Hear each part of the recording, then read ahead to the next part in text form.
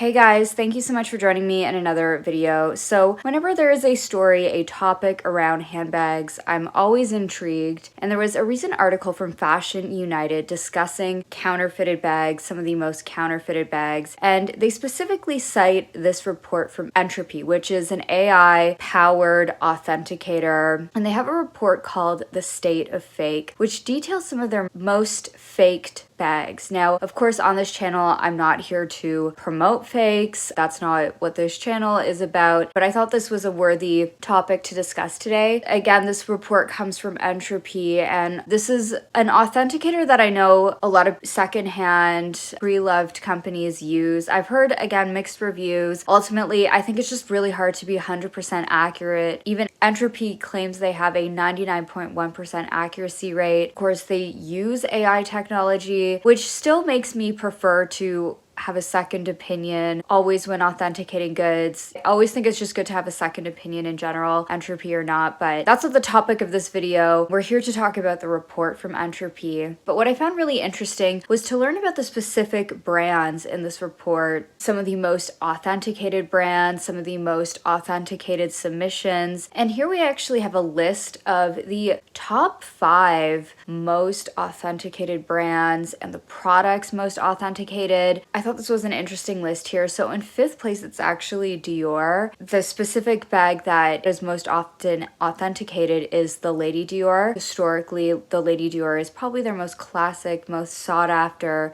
It is definitely their most expensive style. It's a style they bring season after season in new iterations. So as it is their most popular style, I can see why in 2024, this was their most authenticated bag. In 4th place, it's Prada as one of the most authenticated brands. They just simply list re-editions, so that makes me wonder like what specific re-edition. There have been many re-editions. The 2000 re-edition, the 2005 re-edition, is there a 2006 re-edition? I honestly can never keep up with the amount of re-editions there have been in the past few years, but I would be curious to know which of these re-editions is most contested. 3rd place is Chanel, and of course on this list it's the Chanel Classic Flap. That is no surprise to me. And then 2nd is Gucci, and again, no surprise here with the Gigi Marmont still being one of the most requested authenticated bags. And in 1st place, the most authenticated brand is Louis Vuitton. And what is interesting to me in 2024,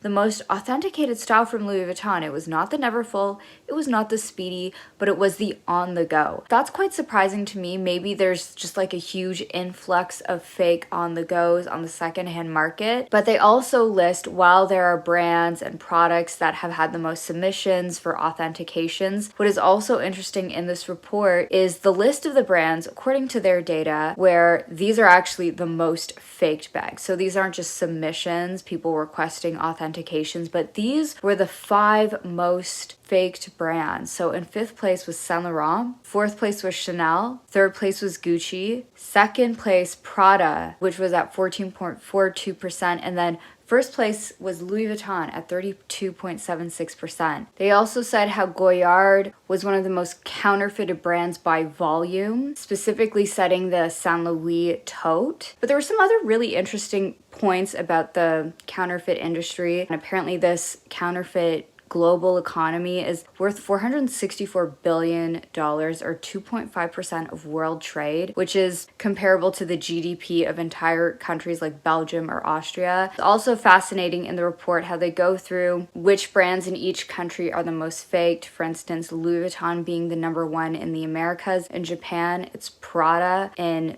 Europe, in the Middle East, the top 3 brands are Chanel, Louis Vuitton, and Saint Laurent. They also highlight the impact fakes have had on the environment. Often these bags, they're produced with cheaper materials, often synthetic materials, with very little environmental oversight, and they're not typically meant to last. The thing about counterfeits is These are bags that you're not, depending on where you are in the world, but like they're illegal to sell. That's not to mention also like the effects that counterfeits have on the resale market. But they also mention in the report how prevalent fakes are on social media. They talk about how even on their own social media platforms, I'm sure anyone that has any kind of luxury or just like handbag content channel or like social media, be it on like Instagram, TikTok, wherever, who are going to get requests to buy fakes. The comment section in many videos on these topics, they're going to be filled with these types of accounts promoting fakes. I honestly try my best to block all of these accounts, but they crop up all the time. But also on TikTok, there's also a lot of, I would say, very like open content around promoting fakes, promoting dupes,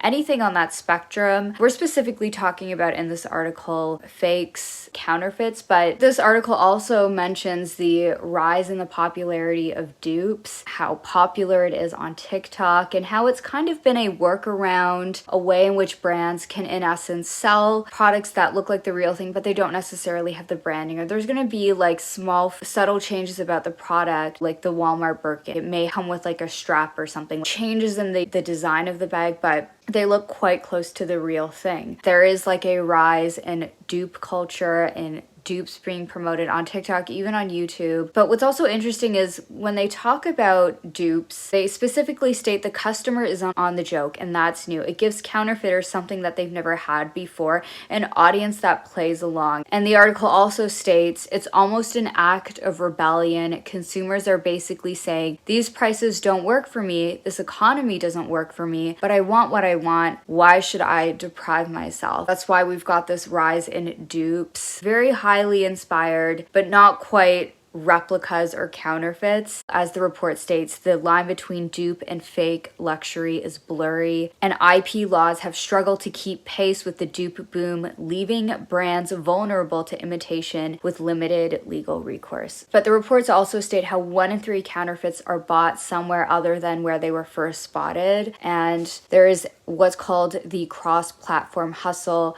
Counterfeit sellers bait shoppers on social media, then shift to DMs or throwaway sites to seal the deal. It's a relay designed to outrun detection. They also state how 1 in 5 shoppers say they've discovered counterfeits through social media ads. Counterfeiters are using sponsored posts to promote fakes at scale, forcing platforms and brands to track violations across marketplaces. Think Amazon, eBay, TikTok Shop, and marketing channels, i.e. Instagram ads, Facebook posts, and TikTok videos. They also talk about the return fraud economy and how this is costing U.S. retailers estimated $103 billion, accounting for just over 15% of all returns. And they go through how they do it. Of course, we've talked about this in other videos. I did a couple videos on this in relation to the row, how bags have been returned from the row. They are believed to be fakes. And of course, this isn't just limited to the row. These reports also cite how fakes have been sold from brands like Gucci, Saint Laurent, Montclair. So check out those videos. But they talked about the counterfeit swap here, what's called the classic swap. Retailers will, with loose return processes, so a real item is purchased and then swapped for a fake, and then the counterfeit is returned, and it often flies under the radar until the fake hits resale. There's also the resale platform loophole. So think of reputable resale platforms like The Real. They cite Goat and Grailed. Scammers send back high quality fakes as returns, and the platform misses them during the reauthentication process, and then they're sold to new buyers, but they're even with the verified authentic label. And then there's also returns as a service. These are organized fraud rings which use fake identities, mule accounts, and bulk operations to turn fake returns into a revenue stream. They cycle real items out and counterfeits in repeatedly and efficiently. I'll link the videos. I've talked about this previously in the description box below, but this isn't just limited to these big brands, Louis Vuitton, Gucci, Prada. Also brand like The Row, which isn't as big as a lot of these other brands, but it's also subject to this, and these companies are getting even more and more sophisticated. Of course, the report also talks about how workers are exploited. There are cases of human trafficking that have been reported, and it's not just even in the production, but it's from the shipping ports to the warehouses. Of course, we've been talking about this labor exploitation with the major luxury brands like Valentino. Of course, there was the story with Dior last year. But because these are less regulated industries that are in essence off the books, there's a greater chance for even more labor exploitation. And of course, a report like this is also going to shed a light on the amount of fakes that are being brought into the market. Of course, we've talked about this on this channel. And of course, with this report, with a lot of their findings, we've been discussing a lot of these topics on this channel, but I do appreciate how they've compiled their internal data. It's super informative. And it's also to showcase why authentication, and more specifically, the service that Entropy offers, is very beneficial. Like, there is a benefit for them to publish this article, to publish their findings, as well as they have testimonials that they also have in this report as well. Entropy, again, uses AI technology to verify, to authenticate, but you know, there have also been some criticisms. Of course, it's not 100%. AI training and data, I think it is limited, and I also just, maybe this is me, maybe I'm super old school, but I just value human judgment. I think there is something about nuances and the importance of details, stitching inconsistencies, materials aging, and specific quirks that AI may misinterpret. Again, there are benefits, but I just think for me personally, for my peace of mind, be it from AI, I always appreciate getting a human opinion or even just a second opinion in general when authenticating. But you know, at the time of filming this, just about an hour ago, I posted a poll on what do you guys buy? What do you guys buy? Like, how do you guys like to buy? Just out of curiosity. And at the time of filming this, it's 69% of you guys buy authentic, which is what I expected. 5% say they buy dupes. And surprisingly, fakes were more than dupes at 8%. Maybe that isn't surprising. And then 19% were a mix. One thing that I have found quite noteworthy with all of this discussion around dupes, and more so even fakes, it's more so like the tone around this discussion, how buying dupes and fakes, it's become, I think, not just like normalized, but also like celebrated. As this article points out, customer is in on the joke. The audience is playing along. They reference in this article the work-in and how it was, quote, a flashpoint for dupe culture for the fashion industry. It marked a turning point. The gap between exclusivity and irony is collapsing, as well as how buying dupes and fakes have become an act of rebellion against these brands. And as I'm editing, I'm just reading some of these comments, so I thought I'd just insert this here.